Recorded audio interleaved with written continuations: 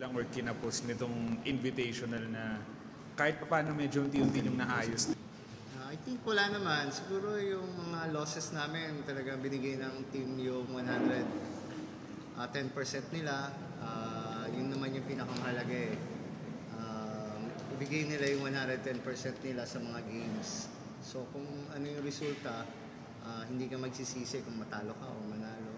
So wala naman kaming hinahanap na specific na nagkulang. May mga lapses pero siguro sa nagkulang sa wala naman siguro. Pero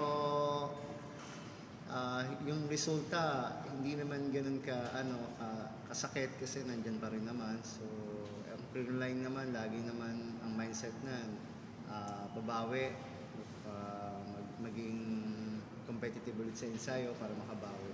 So yun lang.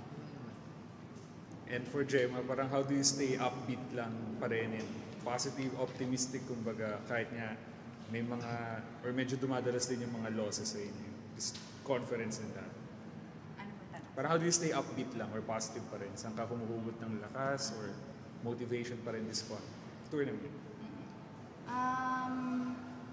Siyempre sa mga teammates ko, sa coaches, na hindi naman sila nagsasawa na bigyan kami ng tiwala sa sarili namin. Yung mga pagkatalo namin sa mga games namin, ganun talaga eh. I mean, yun nga, yung ibang teams nga, nag-effort talaga sila 110% din. And yung mga ganong klaseng laro kasi, hindi mo din talaga alam kung sino yung mananalo eh. So yun nga din, kami na naman, alam naman din namin sa sarili namin na ginawa namin yung best namin, kaso nga, hindi lang kami umabot dun sa dulo. So, hindi naman para damdamin namin kasi may medal pa rin naman kami pwedeng iuwi.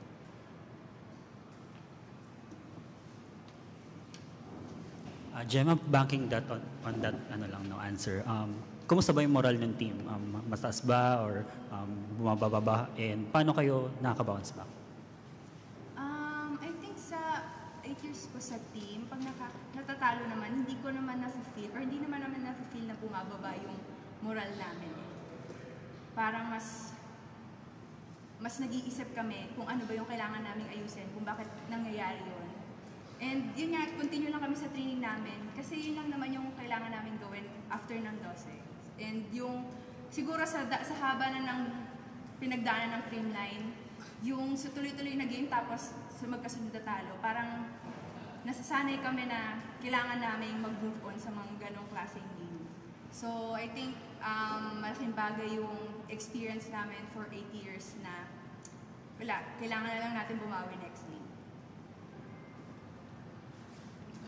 Gemma, Creamline will go for yung 19th straight podium finish sa Sunday against Cheritigo. Siguro, parang kumbaga, ano na magiging yung mindset nyo na kumbaga lahat ng pagod, lahat ng kung anumang frustrations and whatnot, ilalabas nyo na lang para makuha yung bronze din ulit sa Sunday. Yes, of course. Ibigay talaga namin lahat. Walang magrereklamo kahit anong iset sa amin, kahit anong bola dumating sa amin. As in, ibigay namin yung 100% naming effort. And i-enjoy talaga namin. I think yun yung medyo nawala, yung saya namin sa loob ng court na parang kung di kakamali kami, parang sobrang bumibigat sa dibdib namin. So ngayon, I think ito na yung time na ma-feel namin ulit yung love namin sa paglalaro ng volleyball and yung kung gaano ka-importante din yung bawat isa sa amin. And then coach yun given yung hirap din na dinaanan ng Creamline throughout nitong invitational, will a bronze feel like also a big victory na rin for the team na ma-extend nyo nga rin yung podium finishes nyo? Siguro hindi ganun kadali pero itatry namin na mag-podium ulit this invitational. So balik muna kami sa training bukas, then yung Sunday's game, I think talagang magiging maganda yung laban kasi syempre yung Cherry hindi rin naman yan magpapatalo basta-basta. So ibigay lang namin yung best ng team para maka-podium ulit. Pagtatrabahoan namin ng gusto. Gemma, you said na you're excited to face in Cherry nga. So, can you discuss lang yung face-up niyo ni Ces Robles tsaka ni Ara Galang siguro sa same position? Ano feeling? Siyempre na-excite po naman na yung may mga magagaling akong I think itong laro naman, volleyball, team effort. So, hindi naman kami mananalo kung ako lang or dalawa lang. So, I think importante lahat kami makakalaro ng maganda sa Sunday. Thank you, Coach. Thank you, Thank Gemma. you. Congrats on the win. Parang gusto niya pa eh.